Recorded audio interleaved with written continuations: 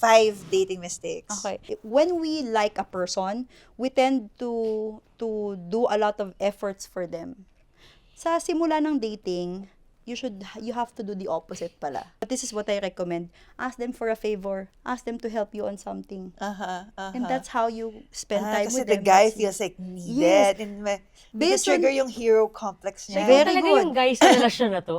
Another one will be... The guy must always pay for at least the Yes, first date. It is in the diba? advantage of Gusto mo men to makiss pay ka for at the the end first of the date. date? Pay for the Treat mo first kami. date. Okay. Yes. Okay. Basic. It's very, very basic. Last two na advice. lang, leverage yung mere exposure effect. Ano ibig sabihin nun? Hindi man kayo kailangan makipag-usap sa kanila, but in the events that they go to, in the gym that they go to, in the types of restaurants, bars that they go to, kapag pareho kayo ng pinupuntahan, mataas yung chance na pwede kayong magkakilala at maging kayo. Kahit Yes, hindi kayo of course, mag-usap. of course. Because exposure is so important. Mas based on science, before the internet, nakakatuluyan natin kung yung a few blocks away from us lang.